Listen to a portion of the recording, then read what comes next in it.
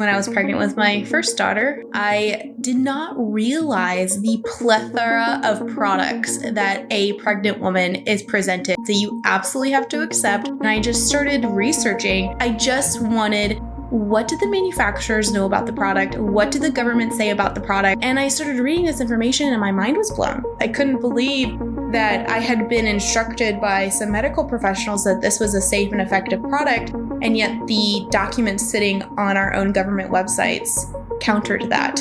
My only goal is that you know exactly what the manufacturer says about its own product and what the government who regulates that product has said about that product. So then you could go into it being fully knowledgeable. And we are live. Alexander, how are you?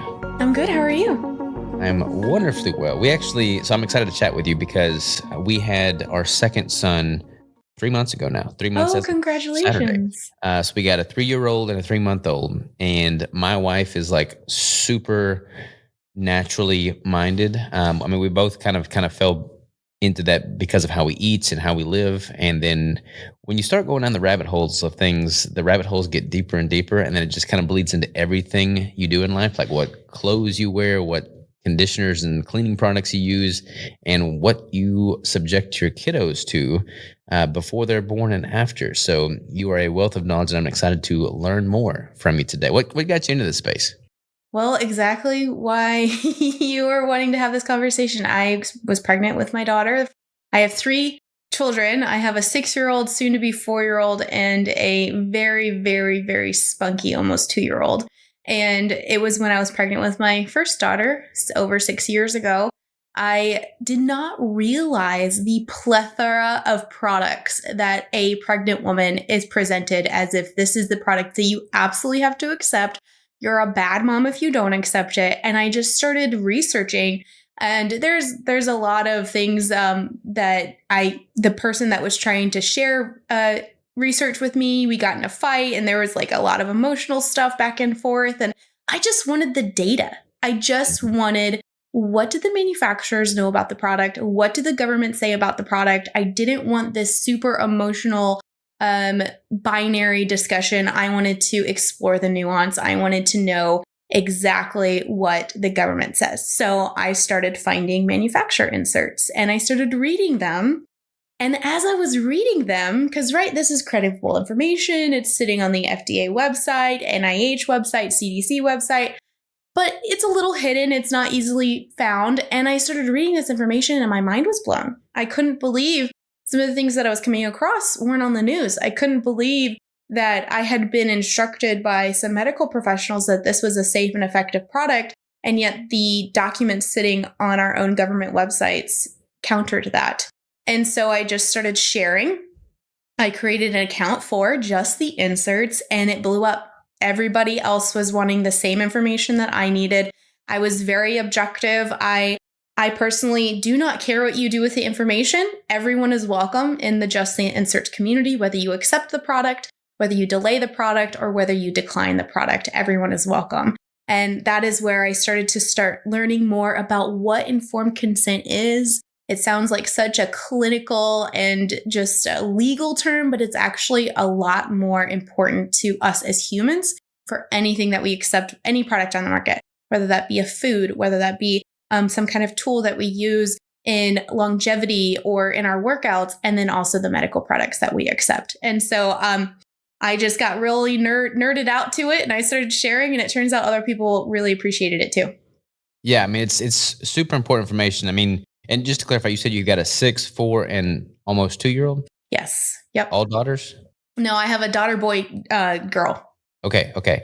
And when you were diving into this, so you started diving into it with your first, was there any like red flag or anything prior to you diving into it and learning about this that was like, maybe I should dive into this? Because society doesn't really push this, I guess more so now than they did, 6 years ago when you were having your first, but it's like you're just kind of channeled through this system and you're not even supposed to ask questions necessarily. It's kind of weird how hush-hush everything is.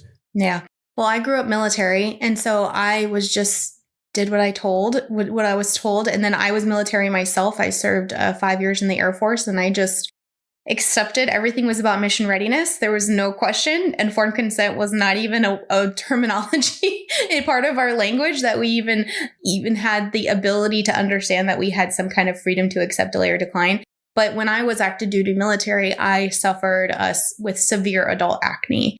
And I believe that it was the cause of some pharmaceutical products that I was recommended. And through that journey, kind of very similar to yourself, I started overhauling everything. The food I ate, the clothes that I wore, the products that I used for my laundry detergent, what I washed my dishes with. I just overhauled everything. And it really planted that seed in my mind that what is conventionally recommended to me may not be what's best for me, may not be what I need to achieve my own health goals or health results.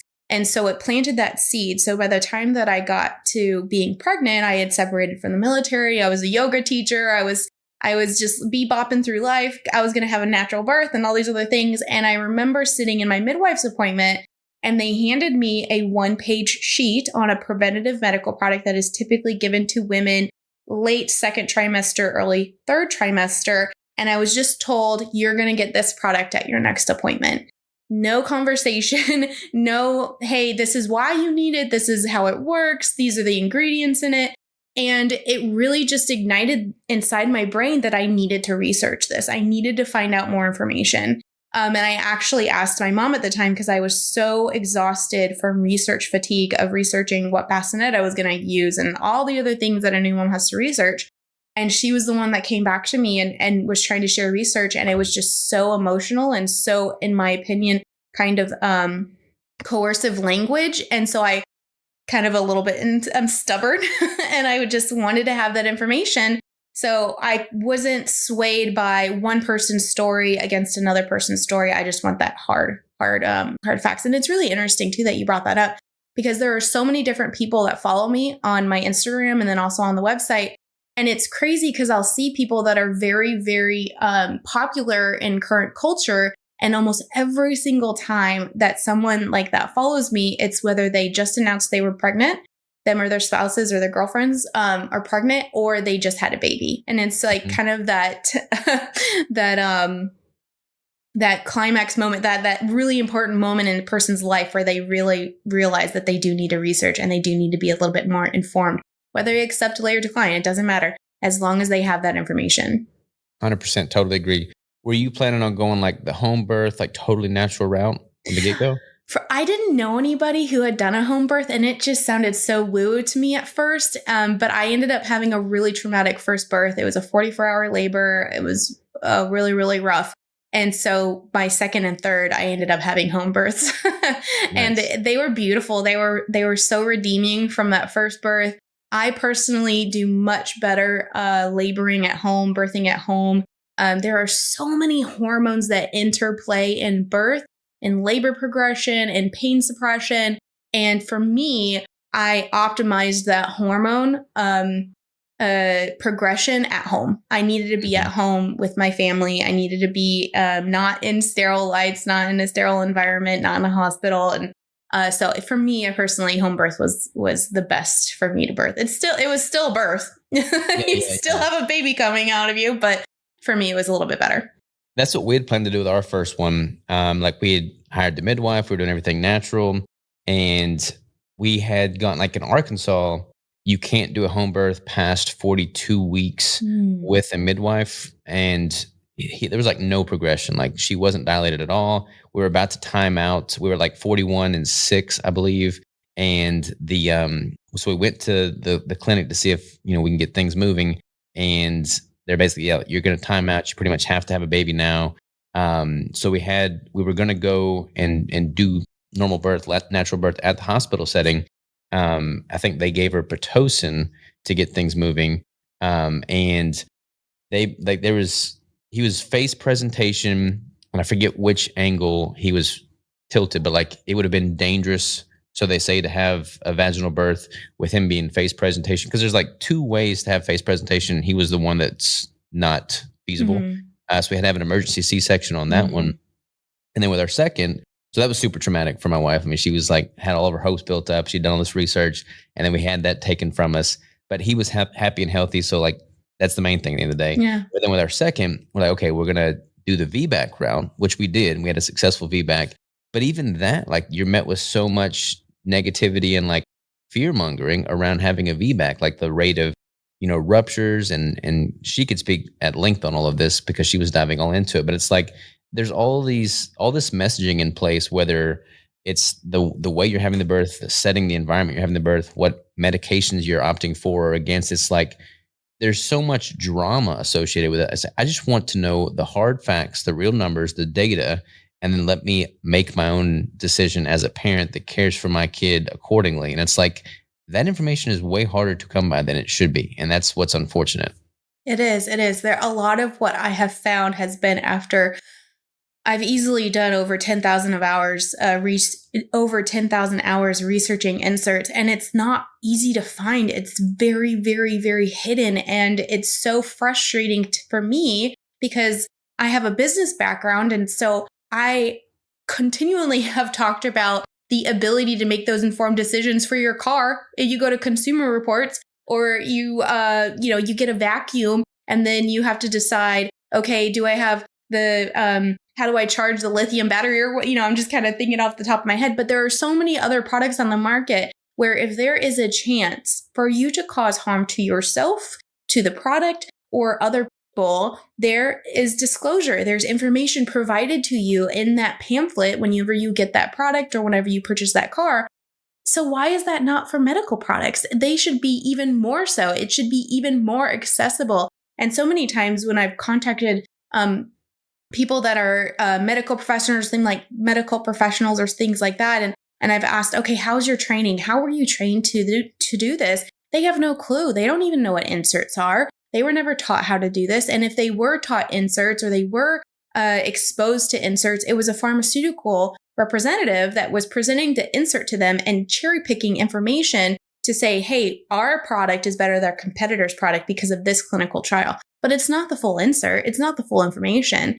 And so I actually get quite envious of people that are just starting to learn all this, because I have a free training course where I took all of that information, made it for free, no email required. It takes about 2 to 3 hours to go through. And it's what took me years to collect and to organize and to say, hey, if you want to make an informed decision, this is the skill that you need to learn now. So whenever you are in that environment, you can go and find whatever product it may be, whether you're in the ER and you're trying to figure out your husband has a cardiac event and they're recommending a product, but hey, you go and look at that insert and you find out it's being used off label. There actually isn't any data about it being used for this indication. That's important information for you to know. So then you can decide, is this going to be the best thing for myself right now? Or do I maybe need to have some more diagnostic testing? Do I need to go talk to a specialist? Do I need to, you can't make those decisions on the next best step for you and your family if you don't have that information.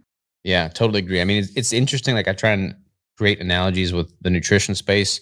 That's what I'm familiar with. And, like, once you become aware of how important the food you put in your body is, it's like you're reading the ingredient list. You're not just stopping at the front label. Like, you're looking at the macronutrients behind the nutrition statement, but then you're ideally looking at the ingredient list as well. And anything that you don't know or are aware of, like, you do a little diving into to figure out what it is and how it's produced. And there's so much regulation around, manufactured food products, and it's like all front and center. I mean, like, we make a product and it's like we have to have the health department in here. It's like all very by the book, black and white. It's like you would think that same level or greater degree of, attention to detail would be placed towards medications and things that we're doing in birth, especially. And that does not seem to be the case, which is very unfortunate. Yeah, it is. I mean, there's a common labor progression drug that is commonly recommended for producing contractions, and it's not even approved for being in labor and delivery. It's for ulcer, something with the ulcers. And so it's not even been through the FDA approval route for being used for labor and delivery. And so it's just absolutely crazy to me, some of the people that will come and kind of be a little heated about what I do and why I do it. And then I'll share this information from the doc of resources. And then they realize, oh my gosh, I had no idea. I was not taught this in nursing school. I was not taught this in residency, I had no clue. And why would they? They have so much that is just given to them for them to memorize, and then for them to remember the hospital policy, and for them to see each patient. The average doctor's appointment in America is 15 minutes. And typically they have last time I looked, it was about 1,200 patients in their practice. And so annually. And so that's a lot. That's a lot that they have to keep track of to understand their history, understand what other drugs they're on. I think it's about 8 prescription pharmaceuticals is the average amount of Americans. And there's hardly any research on how all of those interact. And so it's where you really have to step into that authority and that responsibility and decide, is this the best product for me?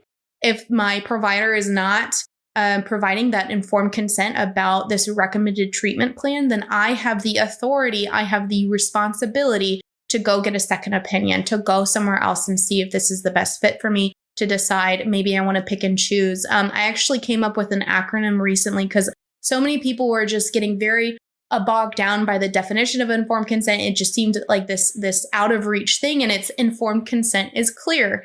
And the C is, do you agree with the condition, with everything that you provided with your symptoms, all the observations that you provided to your provider, the diagnosis that they came up with? Do you agree with that? About 20% of them are wrong in America. So it's important for you to know that, yeah, okay, I agree with that diagnosis. That checks with all of my anecdotal experience for me or my child. And maybe if you don't agree with it, then you can get more of those diagnostic tests. Maybe you can get a second opinion. Maybe a different provider has more expertise and more experience with your actual diagnosis.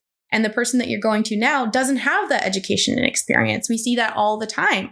And then the L is layout of treatment. So that provider, they have now said, okay, this is your diagnosis. These are the things I recommend. This is your treatment plan. You need to know all of that in advance. So then you can decide if there's a medical product that you're going to be taking chronically, if you're going to be taking it long term. There are several parts of the inserts where you can read and say, okay, I know that this product is recommended short term. These are the adverse reactions. There is a little section that talks about long term. Now I need to be aware of those adverse reactions, because a lot of these pharmaceuticals can do a number on the liver. They can do a number on the kidneys because your body is trying to detox that out. So that's important for you to know, for you to make that evaluation. And then the E is effects. So what are the effects? What are the adverse reactions of each treatment option, whether it be a procedure or a product?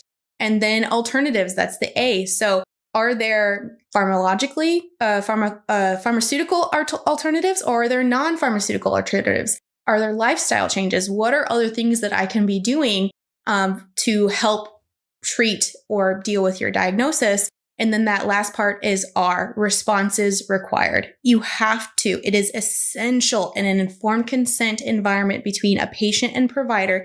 You have to be able to ask questions, to ask follow-up questions, to schedule a follow-up appointment. You have to have that ability. If you do not have the ability to accept, delay, or decline, or ask questions, then it's not informed consent. I love it. That's a good acronym. Solid. I want to dive super deep into a lot of things here. Before we do that, just from broad brushstrokes, high level standpoint, why do you think we are in a society, in a practice now where this is kind of like the standard of care, the norm? Like, why is it so vague and not easily accessible? Like, why do you think that is the case? Is it malicious intent, or is it just simply too much to be able to manage? Is it totally, what's your gut instinct on all of this? It really depends on the day. Sometimes I'm just like, burn it all down. And then other days I'm like, well, I understand the constraints, and this is just a natural progression of how it works.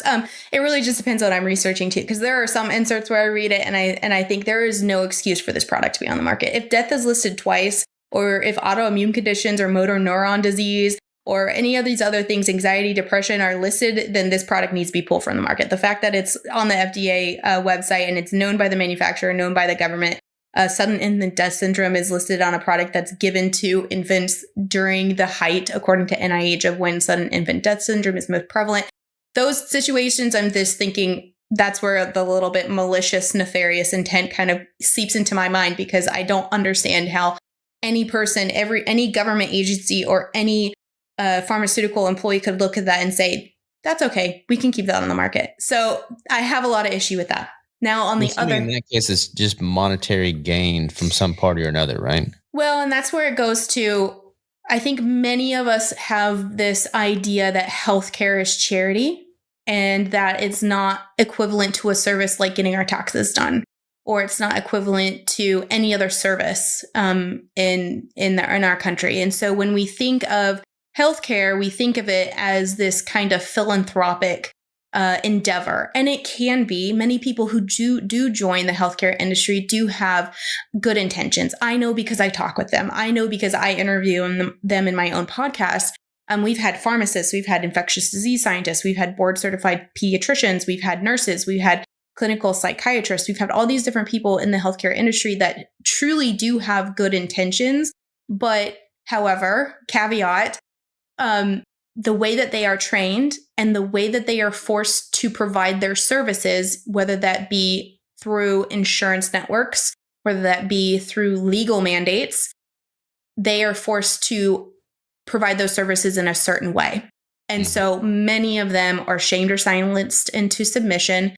Many of them cannot even practice medicine the way that they want to, because they are so worried that they're going to lose their license. They're so worried that they are going to be rejected from professional entities. And so they just kind of follow through. And a lot of them have hundreds of thousands of dollars in educational fees, and their business is not set up for them to push back. They have to follow the way that the business is structured. And so that's where that monetary, it can be, definitely there are some questionable intentions, but I think at the very bottom level, most healthcare professionals do want to do good. They just aren't necessarily taught everything that our own government or manufacturers know about their products, and their hands are tied. And a lot of them have to go out on their own if they want to actually practice medicine, unfortunately. I do feel like the vast majority come into it, with very pure positive intentions. I mean, I feel like I've interviewed several doctors on the podcast as well. I mean, my family is in, the health space. My mom was in the hospital setting for years. And it's like, I know there's some great people with great intentions and massive hearts, but like the whole system is so wonky when you look at the medical bills that they get coming out of school to get that license. And then the insurance entities at play, like everything's just convoluted, and it's not really easy to just do the right thing by the patient's care needs. Like in this nutrition space alone, like so many doctors have had to step out to become, naturopath doctors because they're not able to practice what they know to be true going through standard Western medicine practices.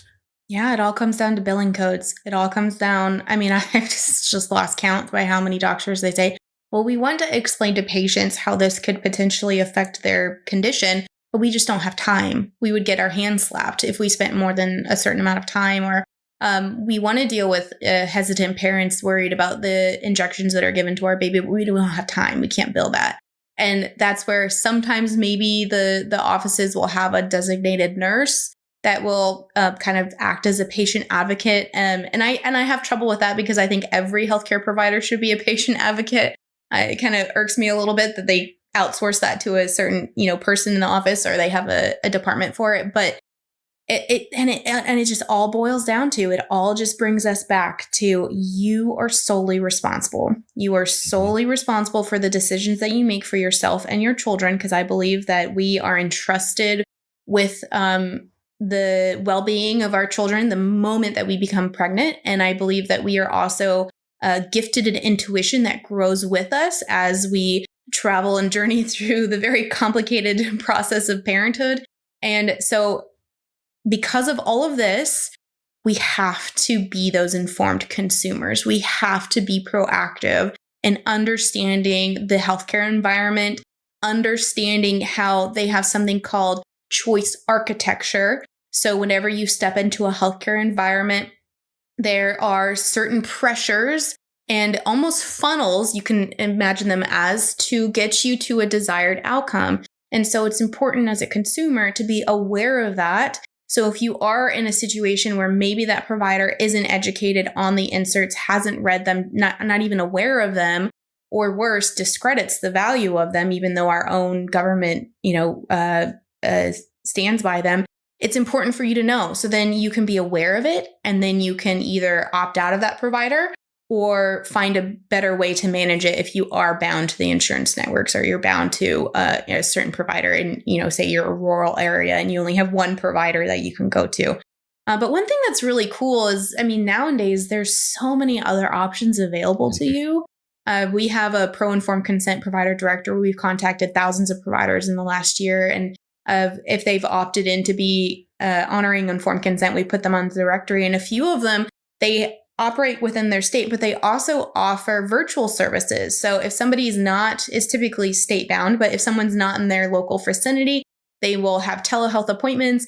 That person can order their labs through another third party. They can get all their labs, they can get all of it done. And then they're having such higher quality healthcare, even though they're never meeting this person in person. And it's pretty astounding. Yeah, the resources available now are off the charts. You can get, I get all kinds of blood work drawn on my own free will and accord because I use a third-party software. I get exactly the test that I want. Mm-hmm. I get the results back within 24 hours, 48 hours. Way better than just going through the traditional, general family doc practice. Let's talk about the schedule. So the kids' schedule. What is it now? Like you know these numbers way better than me. It's like 72 is it 72? Yeah, it's crazy. It fluctuates depending on when your baby was born, because your baby's going to be recommended other certain ones during certain seasons. But it's typically around 60 to 72, depending on. Oh, it's crazy. When I first started this, it was in the 50s. And even just in the past 6 years, it's crazy how much has been added. And like when my parents were born, I think it was probably 10, if even that many. Mm-hmm. So it's just, when I was born, it's probably like 10 or 15, something crazy compared to what it is now. Like, why is there this massive increase? Is it because we have this inundation of harm that we need to prophylactically inject our newborns with to hedge against? Or is it not likely that massive increase in true need for this massive increase in vaccine schedules? I said the word vaccine. Hopefully I don't get demonetized here. I try very hard it's very hard to dance around it. So this is what's really interesting, is because we say that word and we think of an injection. We think of, a syringe or something like that, but it's actually very, very layered. There's different types, there's different diseases, there's different things that they're trying to prevent, or maybe not even trying to prevent, but lower the hospital rates or lower the potential complications. And so it's really hard to say just a blanket statement because it is so complicated. Some of them are through the nose, some of them are oral. And so some parents don't even realize, they might think, there's no way my child has been injected 70 times. Well, it might not be an injection. It could be rotaviruses, oral drops. Flu mist is through the nose. And so it's important and then also too, just one injection can have up to 6 of them in one injection. And so oftentimes those 6 had never been tested in tandem. Exactly. And all tested in isolation, but oftentimes that's not the case. Exactly. And some of them, depending on if you're traveling, they can counteract each other. And sometimes they can be counteracted by other products that you take. I have a lot of people that travel internationally that follow me, and they'll ask me about the typhoid injection. And I'll say, yes, okay, you definitely need to research it, because according to the limitations of effectiveness sections and on the insert, it states if you have anti-malaria drugs that will lower the effectiveness. And oh, by the way, even if you don't have anti-malaria drugs, it could still not be effective. And there's this really irritating term that is on many of those inserts, and it's very simple. Unfortunately, we do not have as much transparency as I would like. And it just says, if you accept this product, you may not be protected. According to, we'll go into, if you're talking about DTAP, which is it's supposed to prevent diphtheria, tetanus, and pertussis. Pertussis is also known as whooping cough. And in the mechanism of action section, so that's in the insert where it tells you, the consumer, how this product works in the body, how it's designed to work. In that section, it states that there is no metric known to science, known to man, on actually preventing pertussis. So if that's the case, if we're told by the manufacturer, hey, there's no metric, then how can we actually benchmark this? How can we actually verify? And they use clinical trials, they use all these other things, but like you brought up, a lot of these things are being given at the same time. And a lot of the clinical trials, the placebo that we think as a saline injection or a sugar pill is actually another vaccine or another, sorry, I said the word too, or another, or the same one, maybe one of the adjuvants isn't there, or maybe it's just given at a different time frame. And so it's really hard as a consumer to look at that, wanting the clear data, wanting the facts, and say, this is so convoluted. There are so many different variables. I can't make that informed decision that I want. And I'm being pressured from so many sides to just accept it blindly, but I'm not even given the information that I need to make that informed decision. And I think that's where a lot of frustration comes, at least for parents. I know myself navigating that was really hard. Yeah, and I feel like if people like knew some of the statistics, like for instance the DTAP, so like tetanus being one of them. When people think of tetanus, they automatically think, "Oh, I don't want my kid to step on a rusty nail and get tetanus." And like, okay, let's get the DTAP. But like when we actually dove into the statistics of how often that actually occurred, and it was bonkers. Like it was like, okay, this is probably not worthwhile because you can't even really get the tetanus in isolation. You get the whole triad of everything that goes with it. Mhm. And it just seemed like more risk than was necessary. Um, so yeah, it's just totally vague. Like if they had the list written out of when the likelihood or what the statistics were behind these cases actually occurring, I feel like so many people would give them more thought than they do. There's an excellent resource, and it's from all scientists and doctors. It's called Physicians for Informed Consent. If you just type in PIC, Physicians for Informed Consent, on Google, it'll pop up. And what they have done is they have gone through all of that data. They have gone through all of it to see, their main question is, have they prevented the diseases? Are they safer than the diseases? Have diseases gone down because of them? And they actually pull historically all the data, and they have what they call disease information statements. And those are so helpful because someone like you and me that doesn't have, hasn't gone to have an immunology background or anything like that, it's so helpful because they have, and they know how to research all this. And to research and to see it side by side is quite astounding. And it's a little shocking. And I think that's where after you go down that rabbit hole and you do get this credible information, that's where you kind of look behind and you're thinking, well, that wasn't what was presented to me. That wasn't how I perceived this product to be. I had all these preconceived notions of how this product was and how it worked, and that's not actually true. And so there tends to be an element of feeling of betrayal a little bit. There's an element of suspicion. And so I've actually talked with a few pediatricians, and we've tried to create better practices in their office for them to present the information as it actually is, not how some external influences want them to be presented. Because again, we go back to that choice architecture, and you might not be making the decision that is supported by fact and truth. Well, when we were going through our pregnancies and just being as active as involved as possible, it's like we would ask questions, and then they recognized that we were trying to dive deeper, and they would give us that respect. But like if you don't even ask questions, then they just take that as like, okay, we're just going to run you through the system, and it's almost like you're giving your kids the schedule with the same kind of aura of, okay, you're coming in, let's get your height, weight, and blood pressure. It's like, okay, height, weight, blood pressure, take this injection as well, take this nasal spray as well. It's just like part of the whole puzzle. And it's like, you don't have to do all that stuff. Right. Yeah. It's called the invisible nudge. There's a lot of psychology behind it, and it's also called presumptive delivery strategy. I go through all of this in the free training course, and I cite all of it. All of this can be cited and found on my website. I'm not just pulling this out of thin air. And I've actually taken a lot of CDC trainings myself because I wanted to know. I wanted to know how our healthcare providers are trained to talk about this with hesitant parents, and what they are told. And a lot of them are told that they just have these quick responses, and then if they have any further questions, and they're given some resources. However, unfortunately, a lot of those resources, if you go to their websites and then you pull their donor reports, many of them receive pharmaceutical funding. And so for me, that doesn't seem as objective. And so that's why I always go back to the .gov resources. And you could argue there's definitely some influences through the CDC Foundation and things like that. But at least, okay, this is what they're legally bound to, what they're legally mandated to.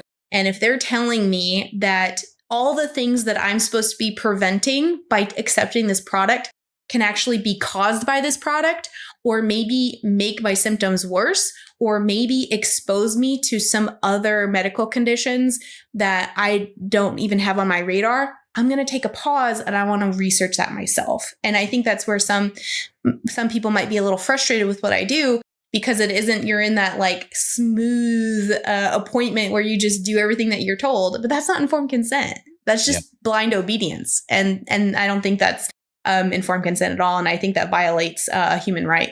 100%. So when did you start putting out this content?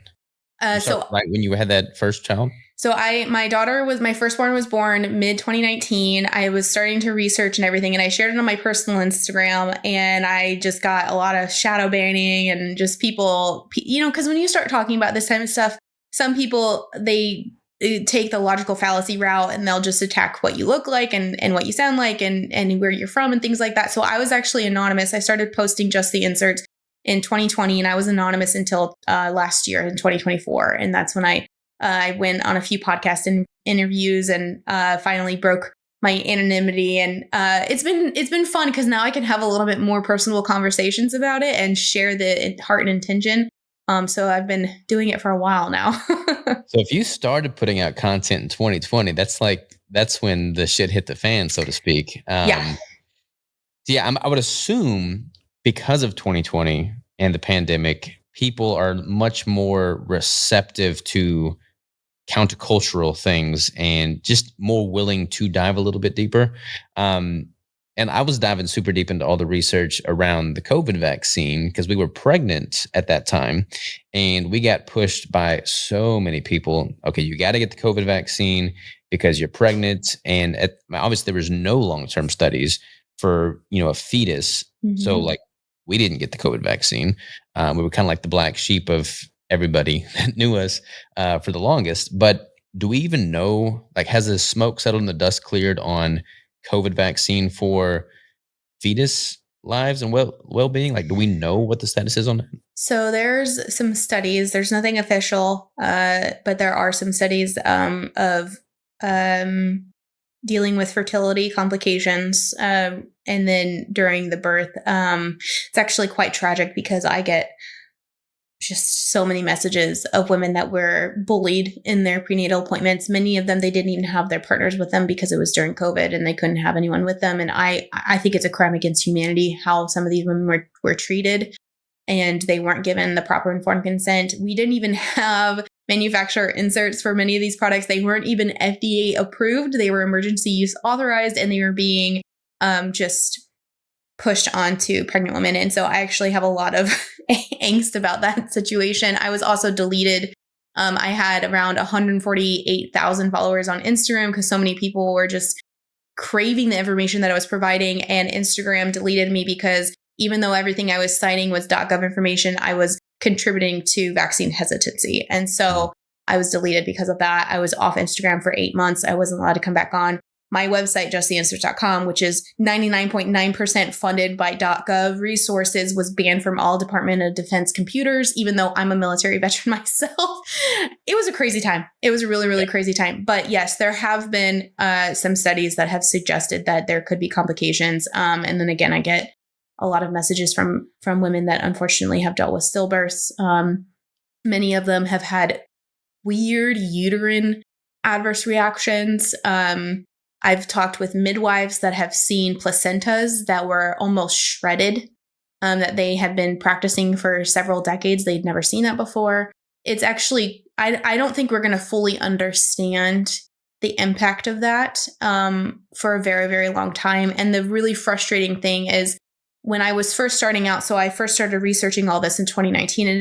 You're right. You're absolutely right. The climate has changed. People are asking more questions. This is being discussed much larger than it was in 2019 when I first started researching. And I think it's because of what we've all gone through.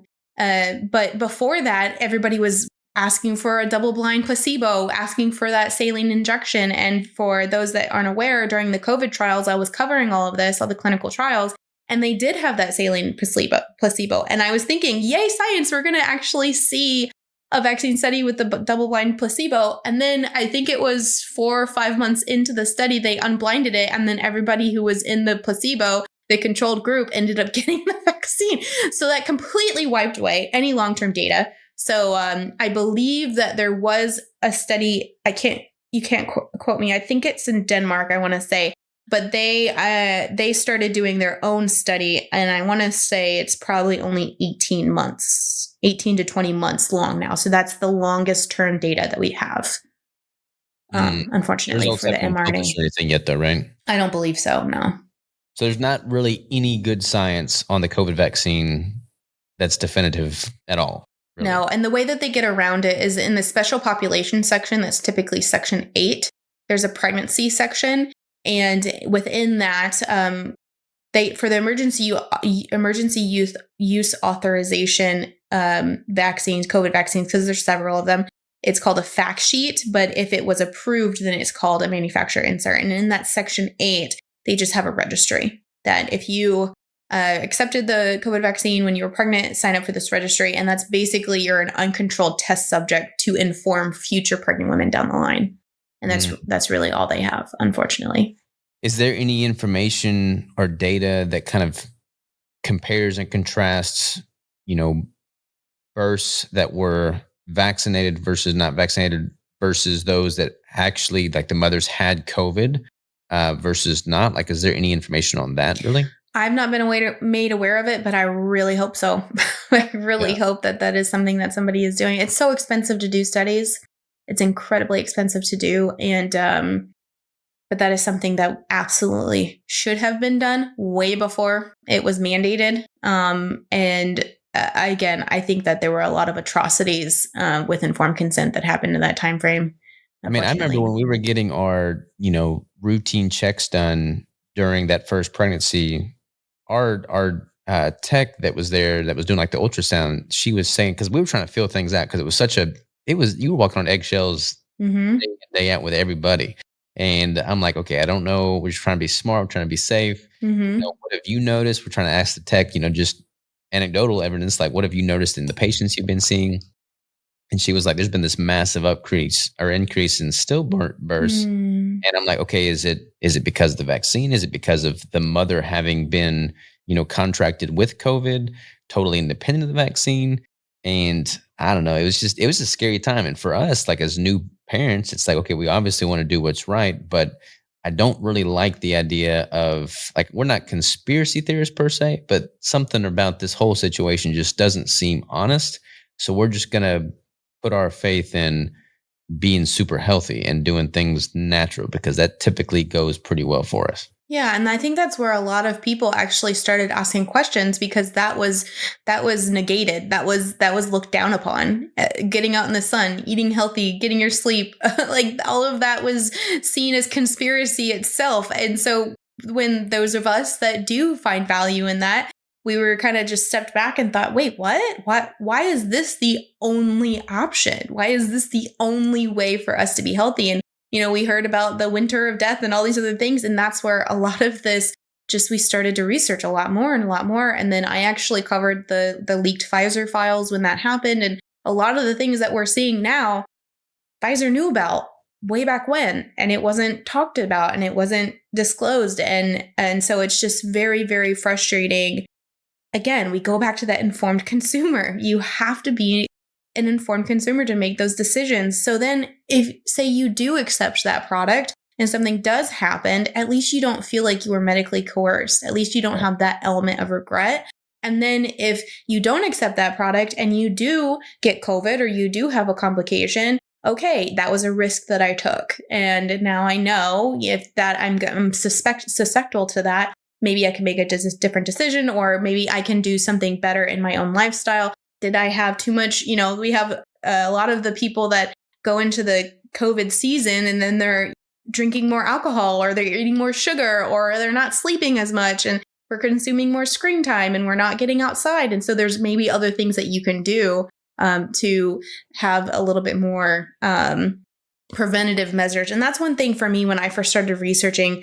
I always thought prevention of disease is just one product. And then I realized, oh, there's so much more at our disposal. We actually have a lot more power than I originally thought.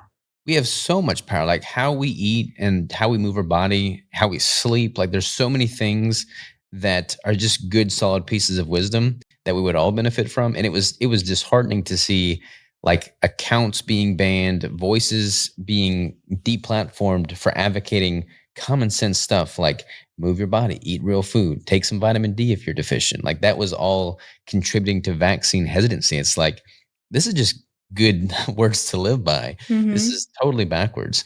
Do we know, I guess we don't have any like legitimate solid scientific evidence with that blind study being revoked, but do we know what the general consensus is on the efficacy of the COVID vaccine now in the population? Like, has there been any, severe like I was intentionally removing myself from doing all the research that I was because it was just creating all this turmoil for people that were close to me. Mm-hmm. So I've honestly been out of that field of study for a while now, but do we know kind of what the general consensus is on that vaccine in the current day and age, 2025? So definitely doesn't prevent.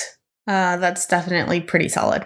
And even if you look at like the CDC or FDA's social media, anytime they talk about the COVID vaccine, it's to reduce your risk of hospitalization or any further complication. It's not to stop the spread. There's no, at least the last I checked a month or so ago, there's no data to support that.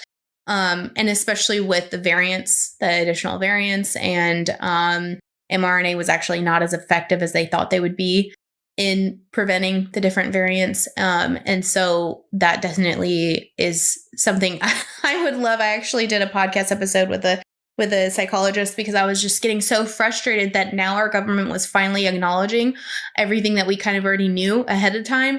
And it's really hard to hear all this because you just want to say, see, I told you so. But I don't think that does good for personally. That's almost like taking poison and expecting the other person to die. Like sometimes I think that just causes more pain and strife for your own well-being. And so it's best to just let it go. But going forward, now we know, okay, mRNA is not effective in this. So now we know all of the flu vaccinations and all the other things that they were trying to put down the pipeline. We need to have a much higher level of scrutiny because now we know that it's not as effective in prevention. And it's not going to be a useful tool in the public health narrative to say that this is going to prevent something. There is definitely some data, last I checked, for older populations complications. There is some data to vaccine complications induced from the vaccine. Opposite, that the vaccine actually prevented hospital complications for COVID for the older generation. But I've also seen the vaccine complications too. And that's one thing that whenever the FDA will talk about safe and effective, they kind of silo those out. They don't really discuss, they kind of do apples to oranges a little bit. They compare it to, okay, so this is the complication of the disease without the vaccine. This is the complication of the disease with the vaccine, but the vaccine causing complication or injury isn't really associated in that conversation. Mm-hmm. The vaccine is always compared against the severity of the disease. And to me, that's not a fair analysis because all risk will seem minimal if that's not included, if the vaccine injury isn't included. Or in some, like the HPV vaccine, that strain, the HPV vaccine has shown evidence to prevent. However, it's made other HPV strains more virulent and actually more cases of HPV since the vaccine was brought to market. And so that's where Physicians for Informed Consent is a great resource because they have done all of this data. They're scientists, they're doctors, they're verified, they're extremely smart. And they have gone and looked at all of it and said, you know what? I actually don't know if this was actually the best tool for disease prevention and treatment. Was there any tangible, legitimate evidence about the risk of myocarditis increasing in young and healthy population, that likelihood being amplified from the vaccine more so than from the COVID disease itself? I believe that was shown in clinical trials, and I'm baffled absolutely baffled that that product was not pulled from the market. Johnson & Johnson was pulled as soon as there was concerns. What was I can't remember what the concern was, but that product was pulled as soon as that was known. I cannot believe that Moderna and Pfizer weren't pulled because of the myocarditis, especially for young males who weren't even at an increased risk of. That was one of my personal big hesitations because, like, I'm an athlete, I have to function well in my sport, and I saw all these, peers of mine getting COVID and then brushing it off without really any issue because they didn't fit the criteria of, unfit, unhealthy, obese, elderly people. Like they weren't really at risk of the disease itself, but then they would be having all these complications from the vaccine. And it's like, well, shoot, I think I'm going to just put my money on my body fighting off whatever disease comes my way. And I got COVID, and like everybody did apparently. And I didn't skip a beat. I just kept doing my normal day to day, and I don't even think I felt any different, Mm-hmm. But I don't want to take anything from people that did feel. Obviously, that's terrible, horrendous. People lost their lives. So many terrible things. Like that was just a very dark chapter in humanity's life. But the notion that at that time, the narrative was there's no risk whatsoever for taking it. Everybody should take it. And I'm like, this does not seem legitimate. So yeah. And I just want to clarify too. I am a free market enthusiast. So if there's a product on the market, including vaccines, including any medical products, and you think that that will be the best product for you, by all means, absolutely accept it. My only goal is that you know exactly what the manufacturer says about its own product and what the government who regulates that product has said about that product. So then you can go into it being fully knowledgeable, having the clarity that you need, having the confidence that you need, and then you can be observant. So if the manufacturer knows that you might be at risk for a certain contraindication or warning or condition or anything like that, then you can expedite medical treatment. If you do have an adverse reaction, you can eliminate diagnostic confusion. So you're not worried, okay, is this something else that I was exposed to? No, I accept this product. I know that there's a correlation here. So now I can get treatment for whatever might have happened. I've said so many times before, if every single person that consumed my content ended up accepting that product, I would be incredibly happy because then at least they would get the informed consent that they deserve. 100%. So kind of switching gears back to kiddos. So when it comes to the schedule, whether it's 69, 72, 76, whatever it is now, is there, trying to like word this because you can't obviously give medical advice on a podcast. Is there like some low hanging fruit or like really best case scenario? Like it makes sense for the general population to, really dive into this one because it may make sense for you. Or are there some that it's like, this probably not really necessary for the masses? Like, is there anything that you can kind of speak to on that? That's a really good question, and I'm going to disappoint you. I get asked all the time. People will say, well, what vaccine should I get? If I have to get one, what should I get? And that's really up to you. That's what your situation is. Are you at a higher risk for hepatitis A in your area?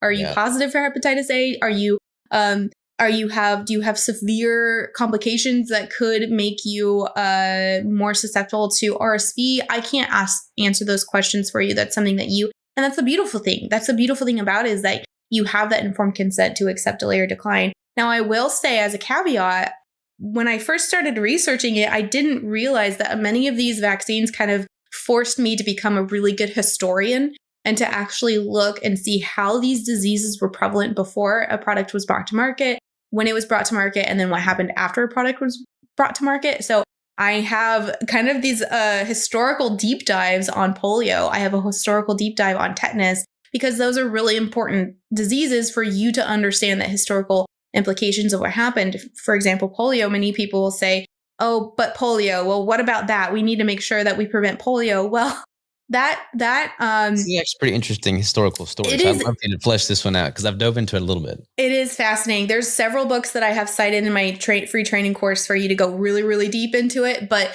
the basic thing is there's actually been 3 different variations of the polio vaccine. The first one was an inactivated. So that means that the polio virus was killed or weakened, and it was injected into the arm.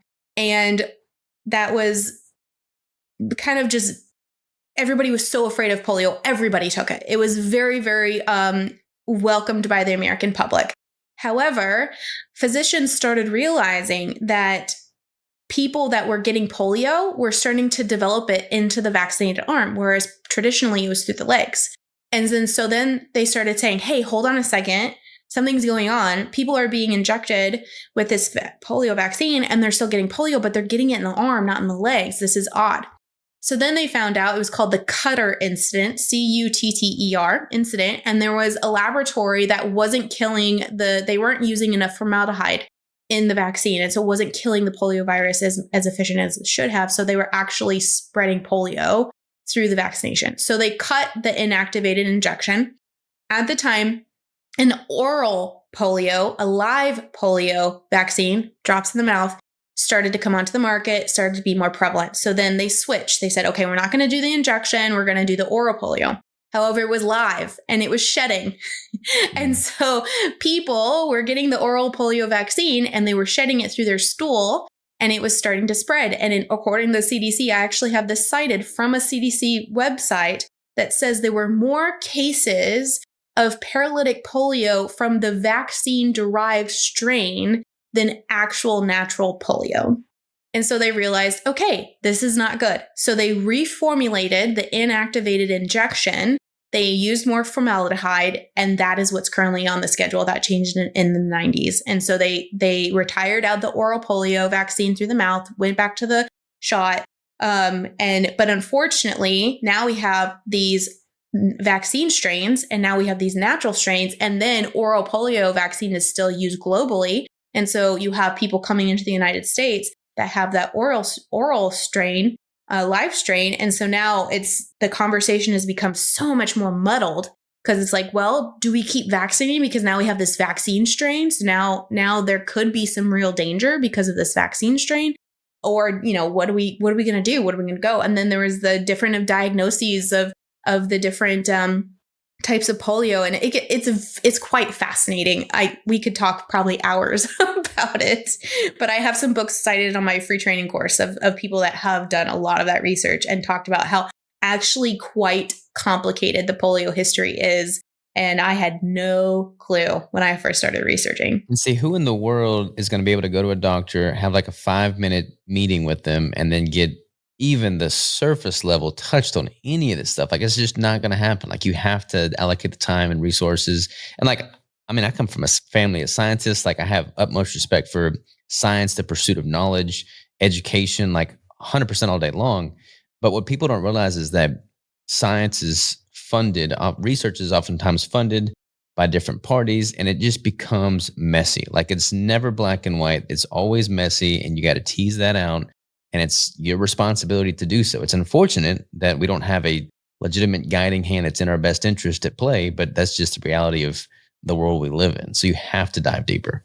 Yeah, it's really interesting too. I detest groupthink. And so on my personal Instagram, I follow people that I kind of identify as mandate enforcing advocates. They're the ones that think everybody should be forced to be vaccinated or you shouldn't be part of society because of the social contract. And I follow a lot of them just because I want to understand where they're coming from. A lot of them have good intentions. A lot of them are doing it because they believe in the value of them. But even them themselves, many times they will talk about how, okay, well, this actually wasn't as effective as we thought it was. And it actually introduced all these other complications. It actually made these other strains more virulent. And so now we have to deal with them. And now we have to deal with this. And it's when you look at the vaccination program as a whole, from a business mindset, I step back and I think, was this as efficient as we intended it to be?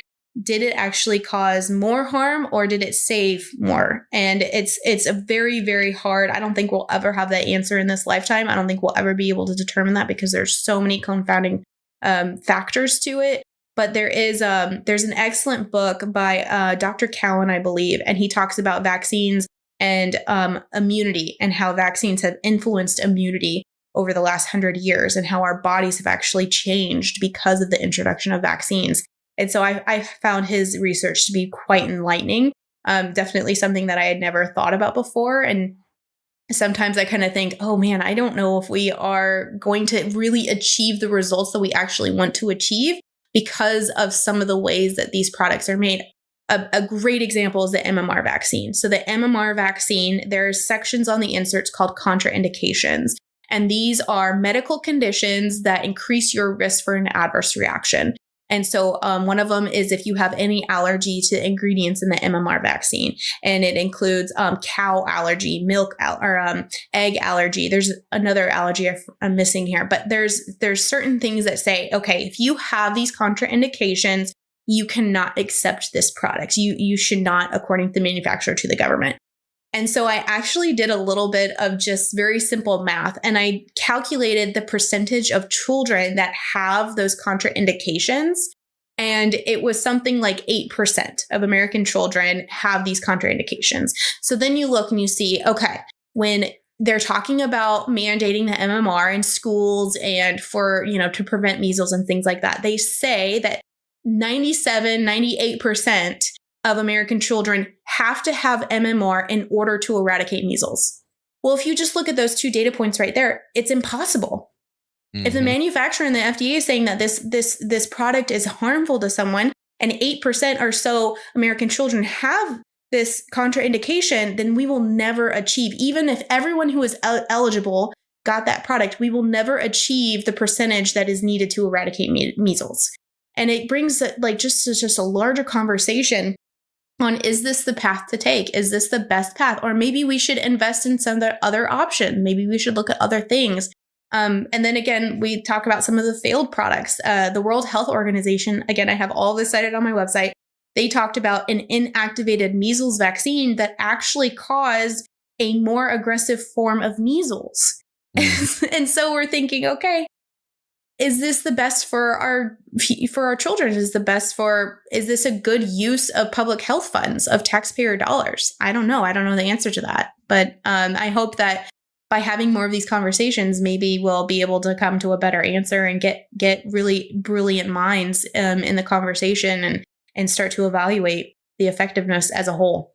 I certainly hope so. I mean, in a perfect world, everybody would take the initiative to dive super deep into every single vaccine, if they have any contraindication, like just all the details as it pertains to them as an individual or, their loved ones or children. That's not going to happen, unfortunately.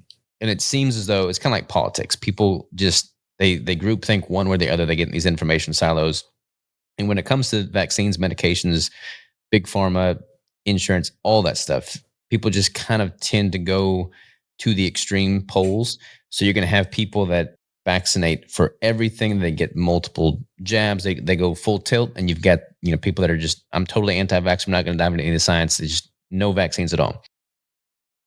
Or I feel like the term anti-vaxxer has become more accepted, so to speak, post 2020, because the wool got pulled over so many people's eyes and it was negative. It was unfortunate. But do you think those that say, okay, I'm just going to not involve myself at all and not take anything, do you think they are a menace to society and harming the masses? Or do you think, hey, maybe they got something going on there? I'm trying to word this question. Yeah, I love that you brought that up, because it was originally that pro and anti-vaccine debate that really just turned me off to the whole discussion. And I just felt that there was emotional manipulation on both sides. I felt that there were logical fallacies on both sides. I felt that the logic used to not get a vaccine is the same kind of logic that you could have used to get a vaccine. And it just didn't make a lot of sense. So I actually, through the past 6 years of conversations with, thousands of patients, hundreds of providers, I came up with called the vaccine perspective spectrum. And instead of the anti-pro vaccine stance, I have 13 different perspectives through my research of the very nuanced perspectives that people have towards vaccines. Because if you even look at the definition of an anti-vaxxer or a pro-vaxxer, people don't agree. One person might say, okay, this is an anti-vaxxer. And this other person says, well, no, the anti-vaxxer wouldn't do this or do that. Or the pro-vax, have the pro-vax people. And they say, well, I don't get the flu shot. And we're like, well, now you're an anti-vaxxer. And so there's no even this global acceptance of what the definition of each are. And so that's why I created, if you go onto my website, you can find, I have a free quiz for you to figure out what perspective you are. And it just goes through, what do you value? Do you value that personal autonomy? Do you value the ability to pick and choose. Maybe there's even a perspective that you've been injured by one vaccine, but maybe you value another vaccine, or maybe you do value the vaccination program as a whole. You just want them to be safer. Maybe you don't like some of the ingredients that are in there. Maybe you're of faith where you can't have some of these ingredients because it would violate your moral, ethical, religious standards. And so there's actually a huge spectrum when it comes to vaccines that many of us don't realize how many different perspectives there are.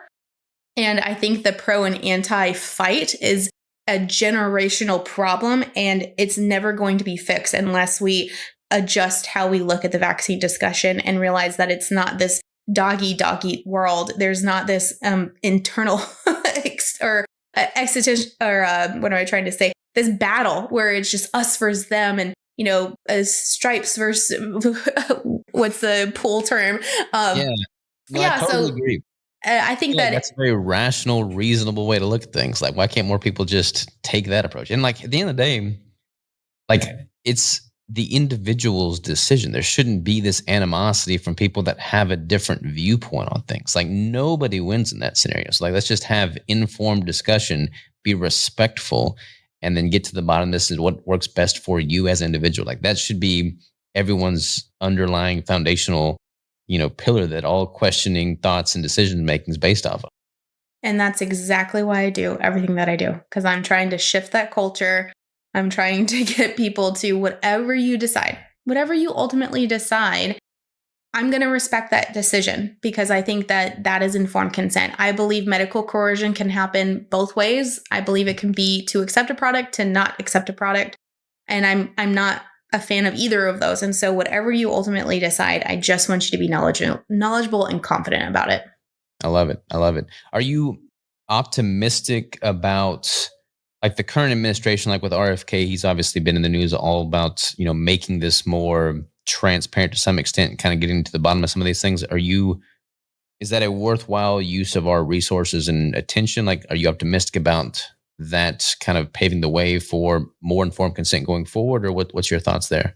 I'm definitely appreciative to the fact that a presidential campaign before he joined forces with Donald Trump, for just the fact that he was even part of his campaign message, the narrative was huge. It was astounding to me to see how much engagement and how many people just reached out to me solely just because he was running. I think he definitely brought it to the forefront of our nation's discussion, and I will always be appreciative of that. Now, am I a huge fan about how some things have happened? No, I of course, I wish there was a lot more emphasis on informed consent. I would love to see a lot more transparency. But it's baby steps. There is a way that things have been running for so long. And especially being a previous military member myself, I know how bureaucratic and how much red tape there is. And that is going to take time to get through that and to work through that. I personally would have loved to see Dr. Dave Weldon in the CDC director space. I was very disappointed when Senator Cassidy blocked his appointment. I think he would have been just phenomenal. Many people, again, called him anti-vaccine, but he himself administers vaccines in his own practice. And so I think that's where we saw a lot of the politics into health, and that shouldn't have ever happened. I think it should have been allow politics to be politics, and just informed consent doesn't need to be kind of a weapon used to have political advantage. So I would have loved to see him. I was very disappointed when he wasn't. I have hope. I have hope that it will. I definitely see some positive things from a few years ago. If you would have told me a few years ago that we would be where we are, I mean, I was getting deleted and I was being silenced. And so I'm always grateful for that. Yeah, I think we just need to have open dialogue. I feel like we need to have communication. I mean, this is like, communication 101, like being able to communicate freely in a safe space and it be done in a respectful manner. Like, there's never a wrong with that. Like, we need to just make that more feasible or as an option. Yeah.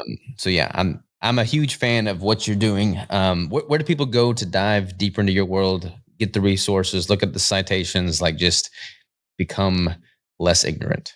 I love that. Well, I think that not having those conversations is a barrier to progress. So obviously, I'm a big fan of having open and respectful conversations and shifting that culture. You can find everything at justtheinserts.com. I have my podcast there. I have I do have a book, but I also have a free training course. I have over 50 analytical deep dives on pharmaceuticals, from vaccines to biologics to Ozempic to Ambien, just over the counters. I've covered a lot of different products on there. And then I have my Instagram at Just the Inserts.